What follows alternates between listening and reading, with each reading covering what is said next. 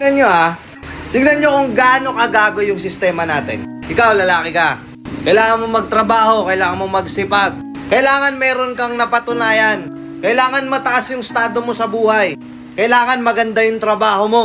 Kailangan mong gawin lahat yun. Kasi bakit? Kasi mamaliitin ka ng mga tao. Kasi kailangan pasok ka sa standards ng taste ng mga tao. Kailangan mong gumapang. Kailangan mong gawin lahat para i-accept ka lang ng society. Igagala mo yung babaeng mahal na mahal mo kasi nakaipon ka na ng paunti-unti dun sa kakarampot mong kinikita sa trabaho. Gusto mo siyang dalhin sa kung saan, pakainin, i-date, para lang mapatunayan mo sa kanya na mahal mo siya. Anong sasabihin ng mga kaibigan niya? Ano ba yan? Saan ka ba dinala niyan? Turo-turo? Tabing kalsada? Food trip? Anong sinakyan nyo? Nag-tricycle lang kayo? Di ka man lang pinag-grab ng jowa mo? Di ka man lang dinala sa mamahaling restaurant?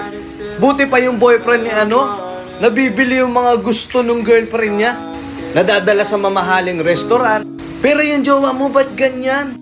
Sa kabila ng lahat ng pagsisikap mo, sa kabila ng lahat ng paggapang mo, pag-grind mo, may nasasabi pa rin yung mga tao sa paligid mo. Ang kupal, di ba? Alam nyo kung ano reality?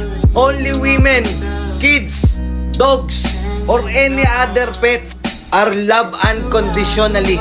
Pero tayo mga kalalakihan, kailangan meron muna tayong napatunayan. Ano trabaho mo? Ano ba, mataas ba sahod yan? Malakas ba kumita yan? Mataas ba posisyon yan sa trabaho? Baka tambay lang yan. Ito yung realidad na ang mga kalalakihan walang karapatang mahalin sila kapag wala silang tira.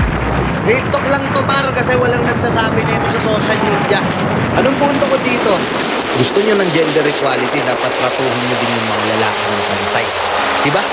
Hindi yung porket nakita mo yung tropa mong babae na yung boyfriend niya ay naibibigay lahat ng luho, ikukumpara mo na.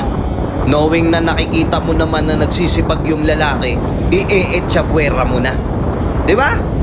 Men doesn't deserve to be treated in a harsh way just because they're not successful yet.